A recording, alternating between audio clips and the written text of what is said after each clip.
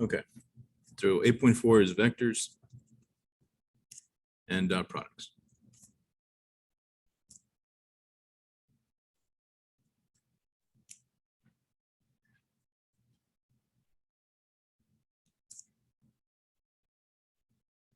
So here's a definition of a dot product. It's kind of like multiplication, but not really.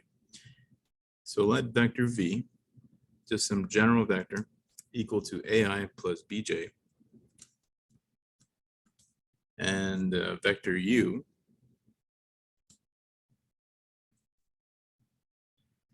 equal ci plus dj. Then the dot product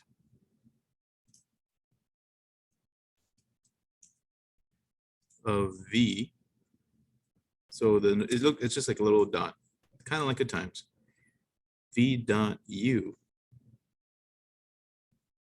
is equal to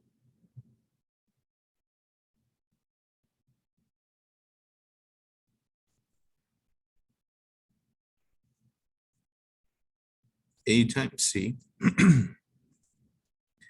plus b times d. So you actually get a number. You do not get a vector. Yeah.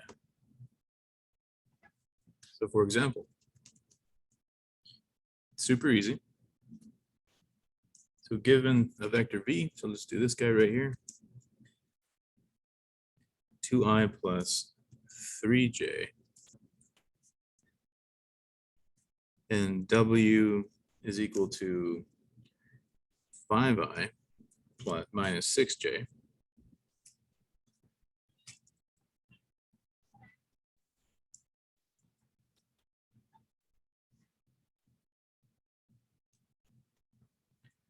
Find v dot w. So all you do is multiply the i's, the constants on the i's, 2 times 5, right? So all you got to do, 2, 5.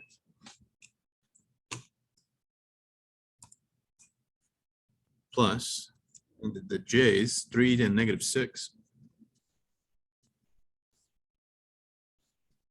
That'll be 10 minus 18 equal to negative 8.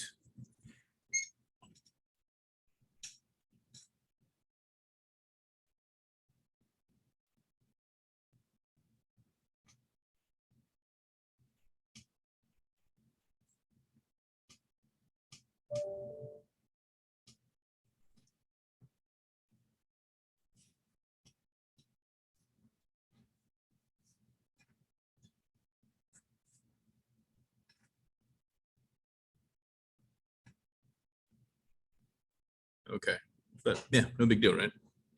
2, 5, 3, negative 6. That is literally all you do. That's it. So this is the dot product of v, u and v, v and w. Nothing else to do here. We'll do one more, but we'll add some extra stuff and we'll use different notation.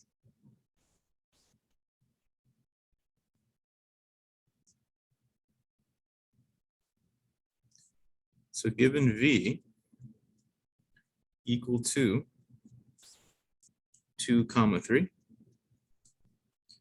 and w equal to 3, negative 2. Let me write that better.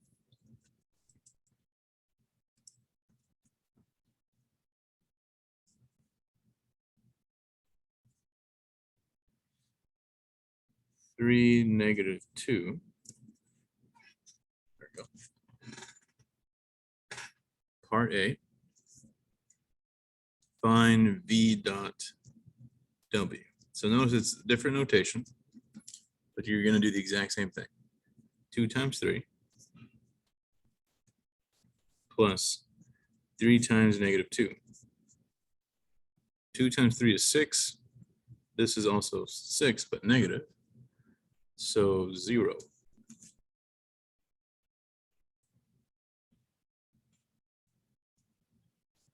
Part B. So this is something new. Part B says find the angle between the two vectors,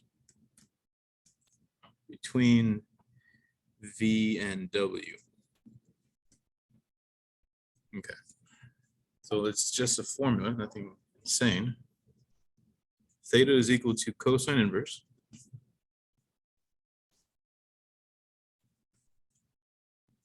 of V dot W over the magnitude of V times the magnitude of W. It's like two bars, right? So that'll equal cosine inverse. And we already did the dot product, so this part is 0. So of course, if the top is 0, then the whole thing is 0. I don't have to find the magnitudes because it will simply be this. So that theta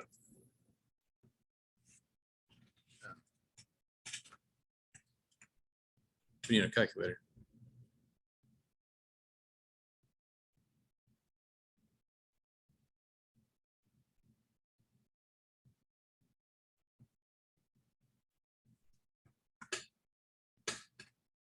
Oh, here it is.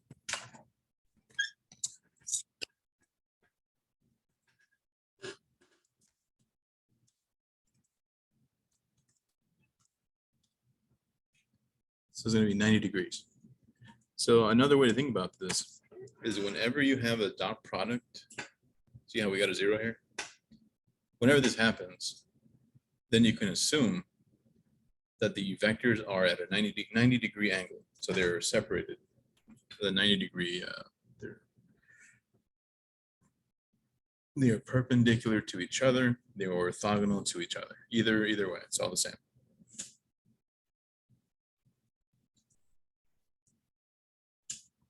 I'll write that down for you. So if two vectors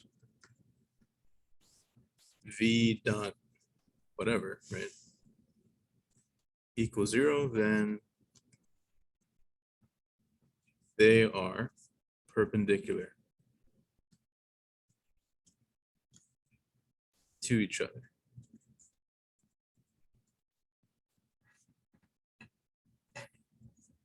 Any question, example 2. Right? This is the angle between them. That's all we did.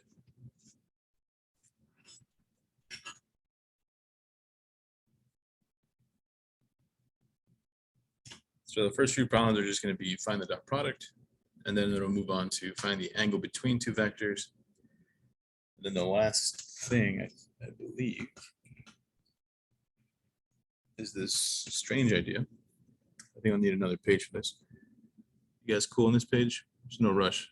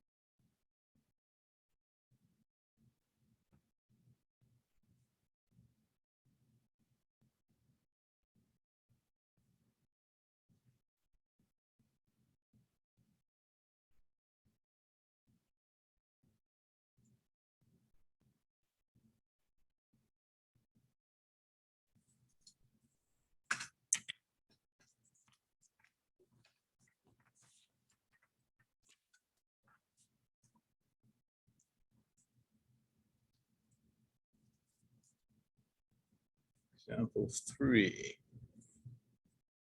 So decompose vector V into vector V1 and V2, where V1 is parallel to W and V2 is orthogonal to W. So these are the harder questions towards the end of the homework, but all you need to do is use a formula and it won't be too bad. So they have to give you a V and a W.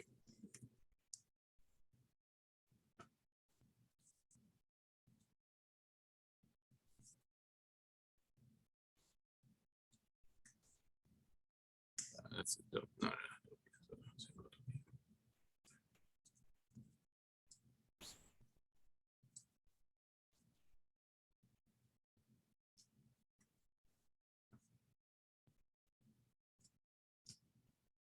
Okay, so I use the other notation.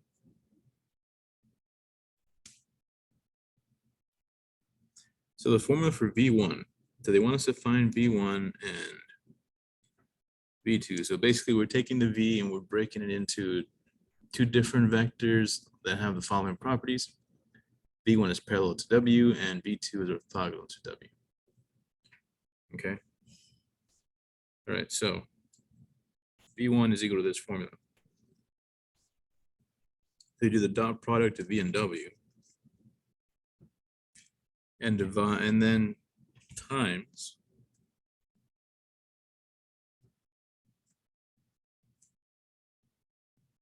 or sorry, dot. So this will be a number right here when you do the dot product. So this will become a scalar, and then you'll scale that on the W. Okay, so this is actually times. This is a dot product. I mean, it doesn't really matter because when you do this part, it's going to become a number. So who cares? This would be the magnitude squared.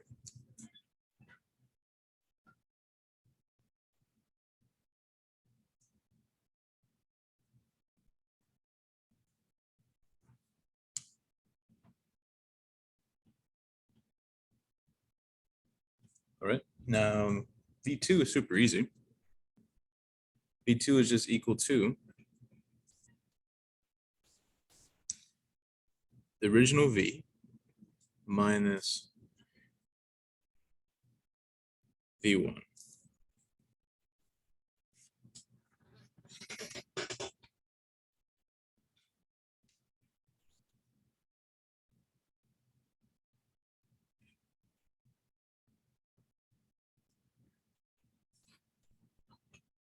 All right, so let's get to it. So obviously we need the dot product.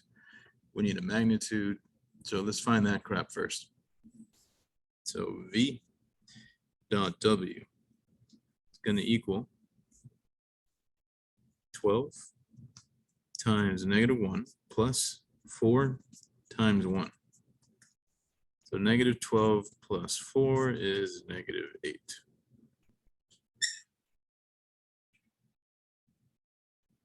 The magnitude of W squared, well, that's just going to be the square root squared. So you look at the W and you take the number in front of the I. It's a -1 squared plus a 1 squared. But then you're going to square that, right? Because we're squaring the magnitude. So this will become square root of 2 squared, which is a 2. So we got all the stuff we need now. Nothing crazy. Any questions about this number crunching here?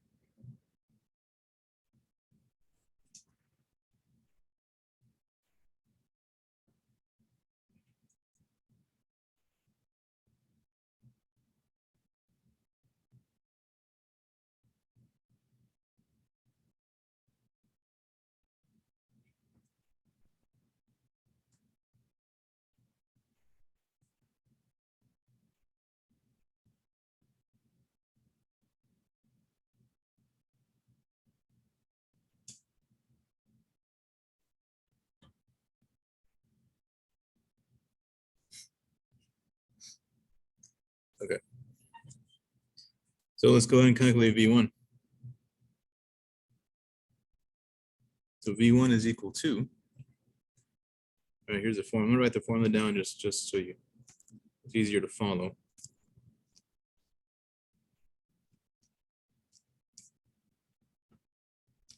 So that'll be dot product on top, -8 divided by 2 dotted with W or multiplied. W is right here, right? So this is really a -4. So it's -4 times this. So you'll get -4i plus 4j. So there's V1. So V1 equals -4i plus 4j. V2, formula says just take the V and subtract the V1. So we found this part. We found this. Now this guy will be 12i plus 4j minus V1, which is -4i plus 4j.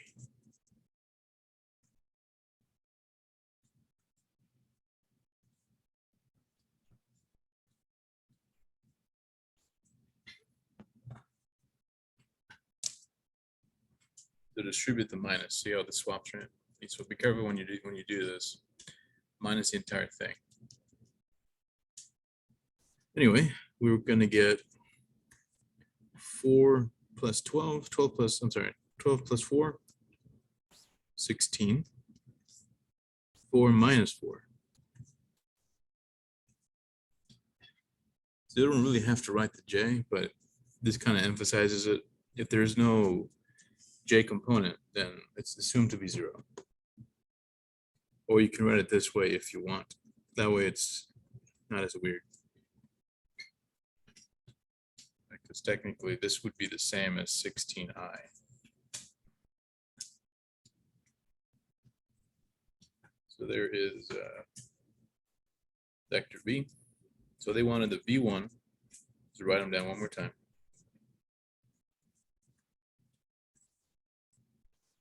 And v2.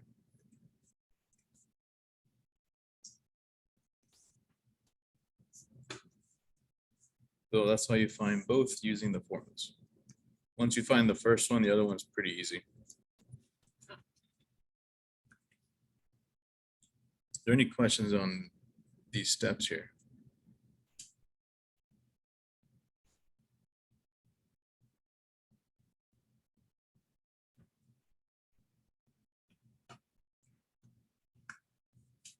Not too bad. Okay, that's pretty much it for 8.4. Let's move to the 8.5 then.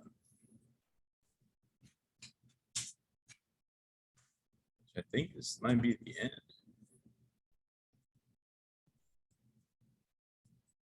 Cool.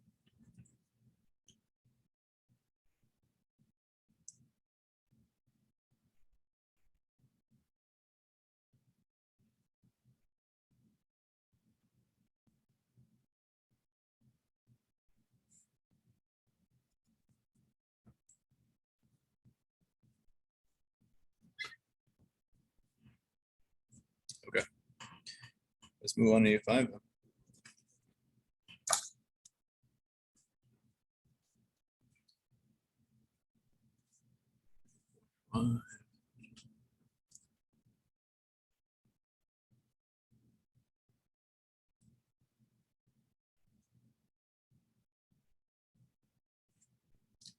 The complex plane.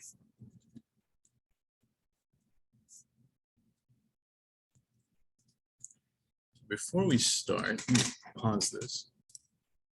All right. So that u and v be non-zero, the projection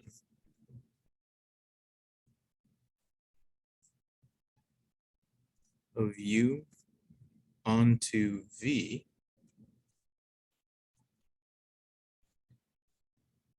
is this formula here.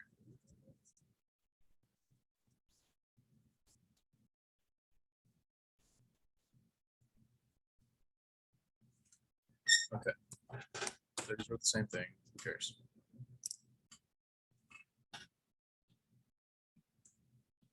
But yeah, linear algebra is very useful. Whenever you Google search, basically, you're creating a matrix, and the computer is solving it. And every single search is just a huge linear algebra problem, and that can be applied to maximizations. Like if you have, let's say you're trying to maximize profit on some material, and you have all these constraints like workers, time, whatever, right? Transportation. If you create a system with all these constraints, that ends up becoming a matrix anyway. So it gets back to linear algebra. So it's very, very useful, that whole topic. But anyway, they're all about vectors there. So let's look at the example. I think it was, oops, not that one, but this one.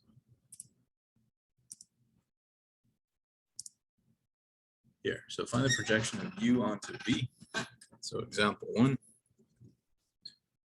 they're taking U equal to 4, 4. And V equal to 7, 1. Okay. So notice on the formula, we don't need all that anymore. U onto V.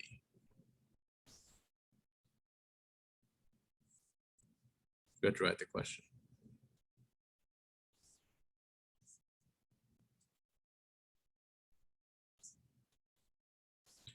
Find the projection of U onto V.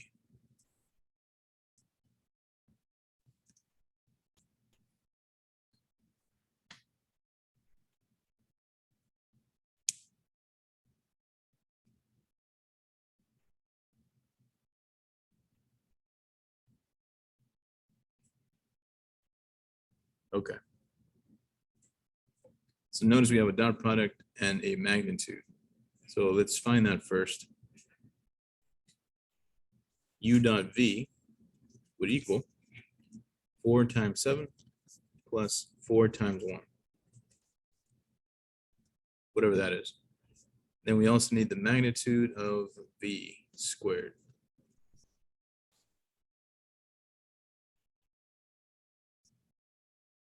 So it's very similar to the other formula, right? We're just applying it to something specific, even though that thing is still theoretical. Okay. So that'll be square root squared. V would be 7 squared plus 1 squared squared. So it'll be square root of 50 squared.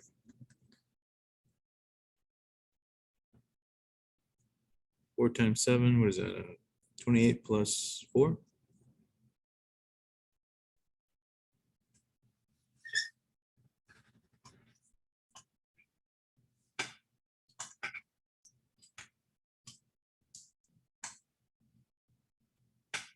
All right. So now we can go ahead and use the formula. Got everything we need. So the projection of V onto U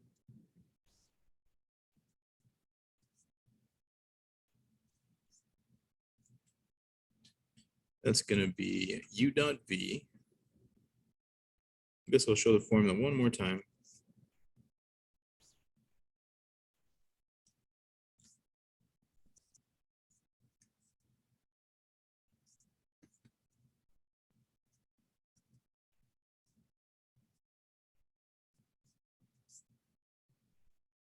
So on the top, we have 32. On the bottom, we have 50 times V, which is 7,1. So 32 over 50, that's going to be 16/25, right?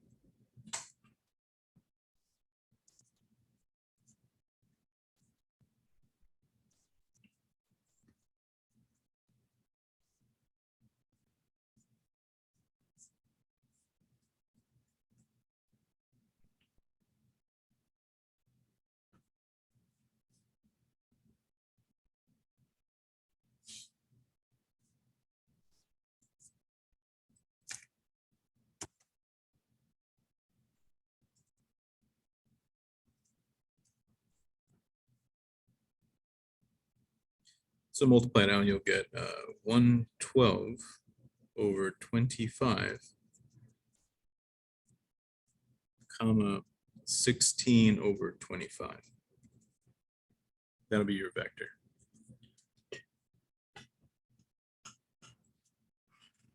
And we'll return to the book in just a second so you can see, that's not example 2, that's example 4.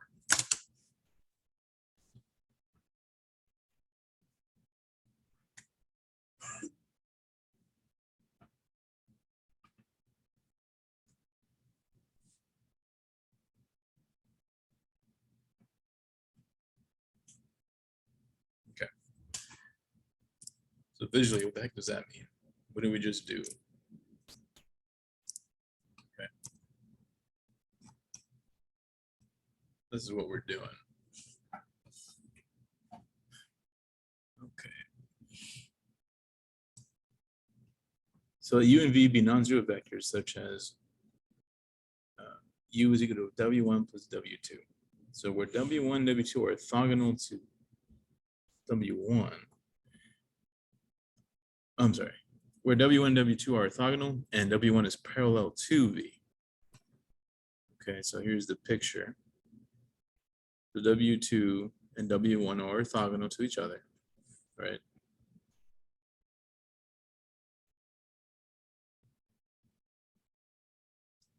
And vectors W1 and W2 are vector components of U. So if we were to add these together, W1, W2, you'd create U. So we're basically breaking down the big U in the middle into two separate pieces, because if we add them, you get the middle one. Then we're projecting one of them onto the other, okay? So theoretically it's a little weird, but that's what we're doing. Okay, try and get a good picture here. Projection.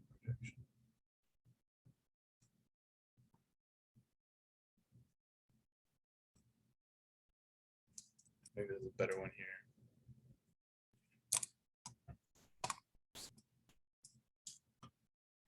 There we go.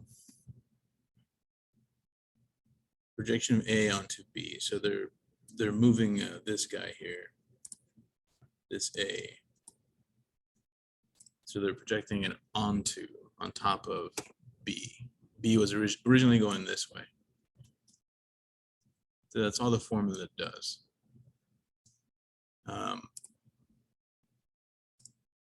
Nothing more.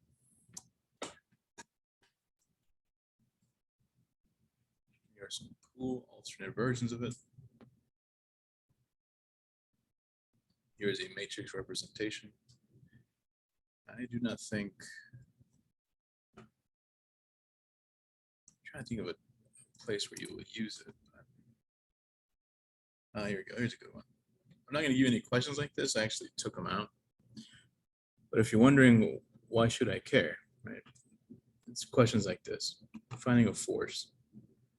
So if you want a force as being like projected in a different direction, this is where you would use it. So if you break the force into components, you can project it onto a different force. So magnitude of the force 100, force 100 here. I see. So if you only have one force, you can kind of figure out the other forces using this idea. So if you only have the weight of the object and the angle, then you could find out the force of the incline, the acceleration down the incline, which you can then figure out the friction working against that incline force. Does that make sense? So you can start doing all these weird calculations to figure out other pieces of the puzzle. So just having one part, just having gravity, you could figure out is the acceleration down a ramp is going to be a times sine of the angle. So you can figure out how fast you're going down, and that's just a sine formula. If you want to know the friction, well, you can find that'll be the opposite to the opposite force, right? Equal and opposite forces. You can calculate it there. Anyway, that's where all this is used, but I'm not gonna throw those problems at you, but they are interesting. Okay, so that's 8-4. Is there any questions on 8-4? We'll start 8-5 for real this time.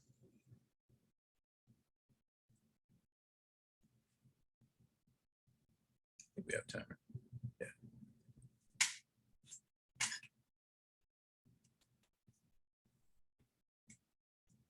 Complex plane. Okay.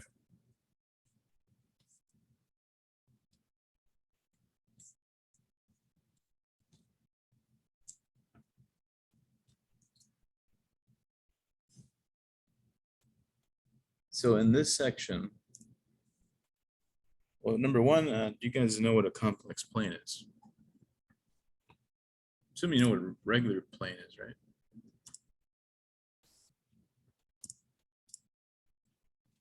See if I get a nice picture.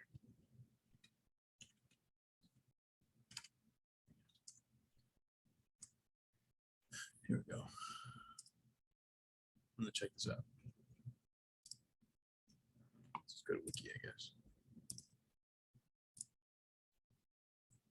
So I'm sure you are all familiar with the real number line, right?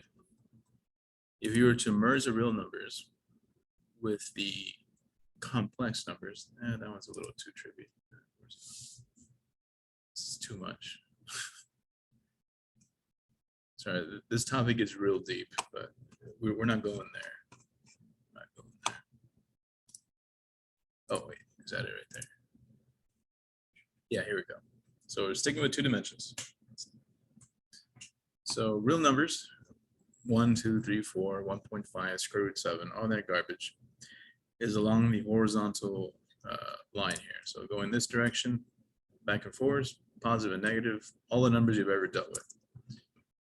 Imaginary numbers are going to be on this axis.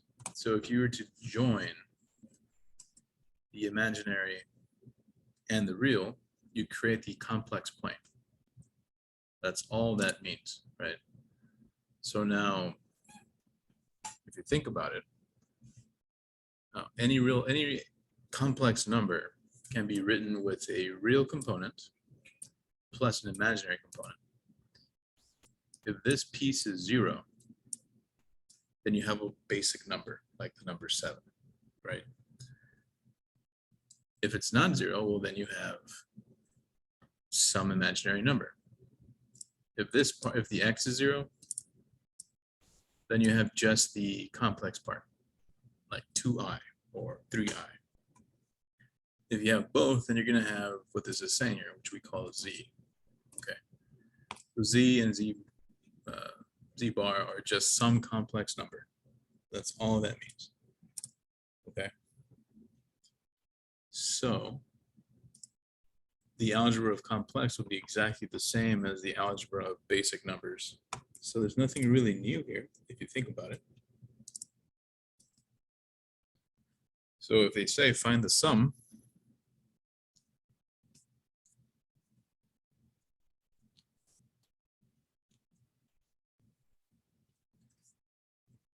of the complex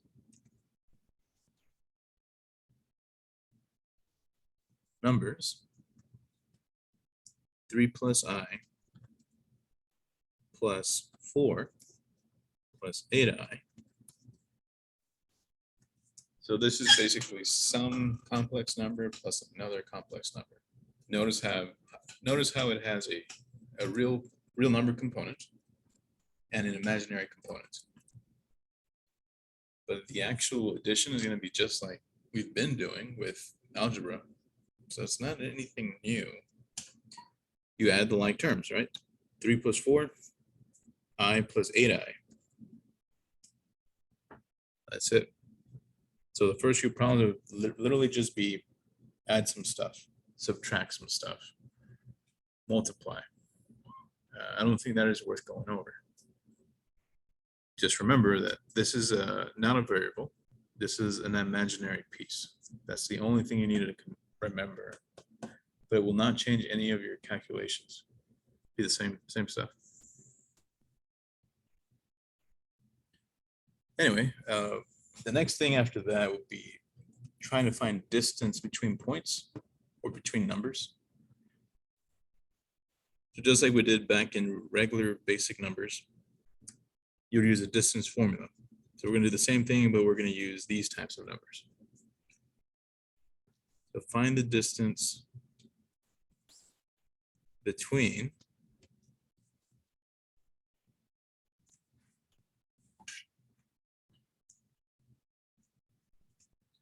points in the complex plane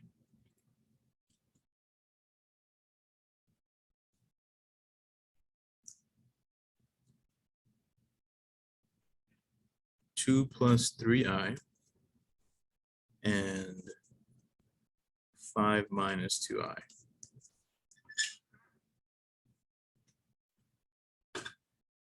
So on the complex plane, if you're curious what the heck that looks like, that would be 1, 2, 1, 2, 3. This is we'll call this point A and B.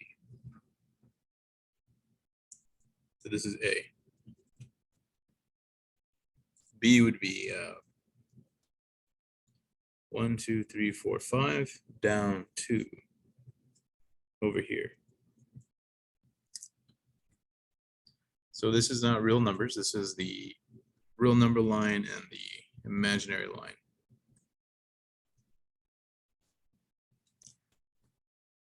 But its function is basically the same. Okay. So we're creating a two-dimensional space that incorporates real numbers and imaginary. I don't like calling them imaginary because people think that sounds super silly. They're complex numbers. That's all.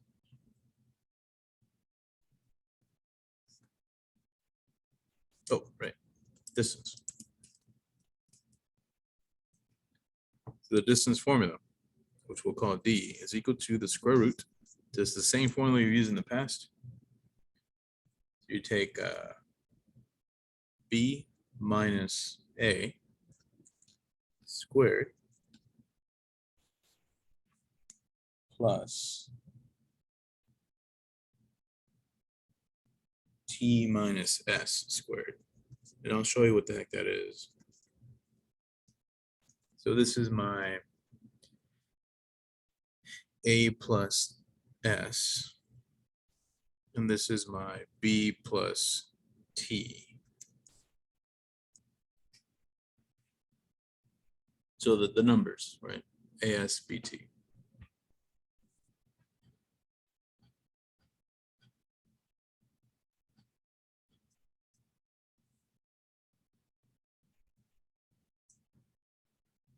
All right, so plug it in.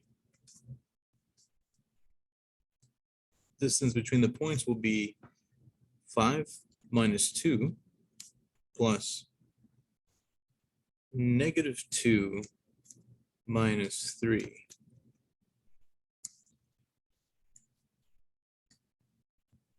So that'll be 3 squared plus -5 squared.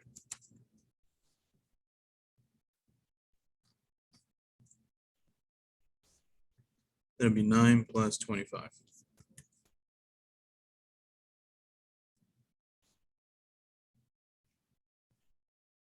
34, right?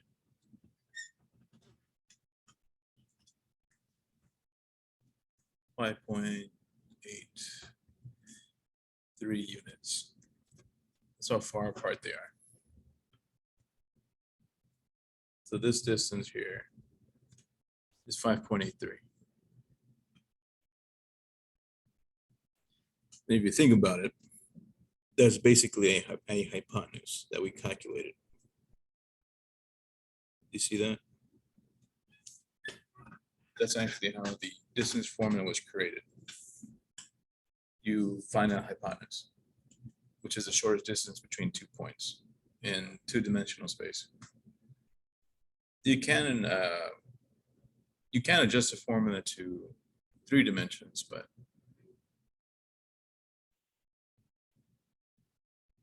yeah, it'll just have a third component. So instead of having 2, pretty much, yeah, exactly what it is. So we're just applying it to finding distance.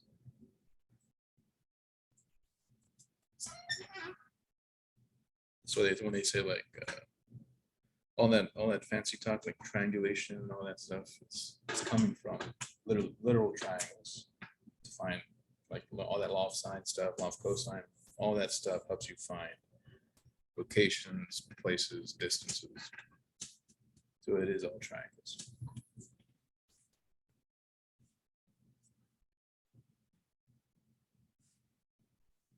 Back in the day, though, they had a law of tangents, but we don't use that anymore because we have calculators. So before we had calculators, they had to use law of tangents. So it still exists, but no one uses it. It's probably Wikipedia just there for fun. Back in Donna's day. Okay. Example 3. They're gonna the next part that the next thing they're gonna ask you to do is plot the complex number.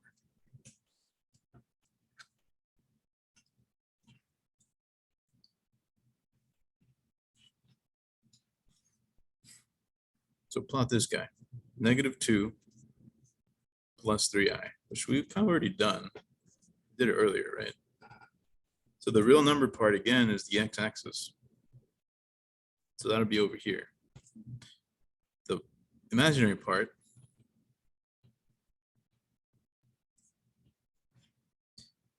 be right there. So this is the complex point. So I don't think that's too much to ask. I think it'll be pretty chill. Let's go look at the homework and make sure I didn't forget anything. I think that's all that you're asking. I'm pretty sure. That was the last section. Make sure I save it.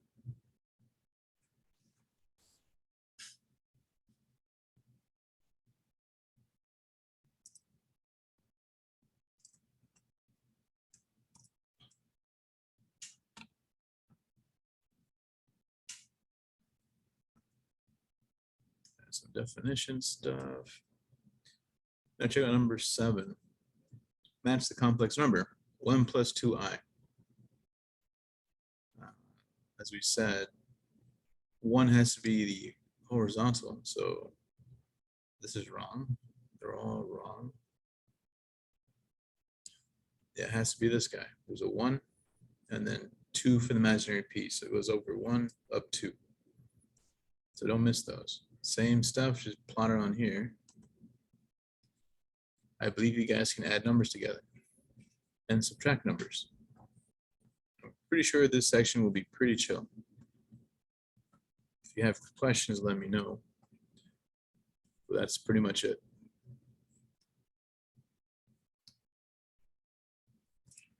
Okay. It's 8.4 and 8.5. There is an 8.6. Let's see what that is.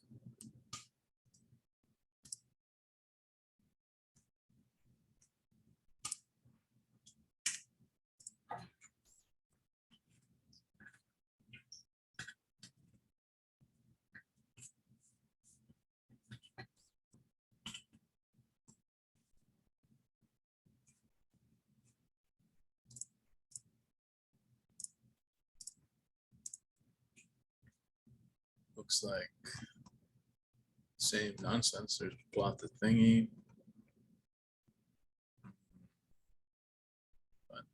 Plot. Oh, I see. You know what? This is very short. Find the product. Quotient.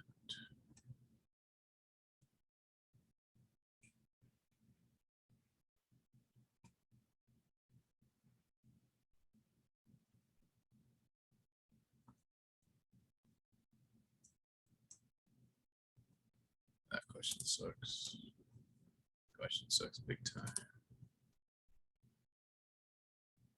Not gonna do that.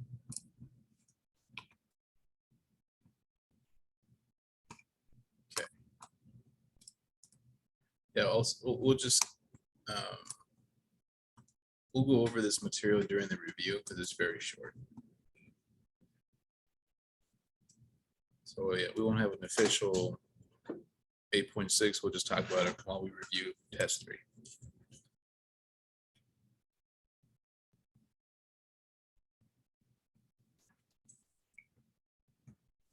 Okay, all right, guys, that's it for today. So either maybe we'll review on Wednesday or we'll see how it goes. We'll let you know. Should have test graded very soon. Still a little behind.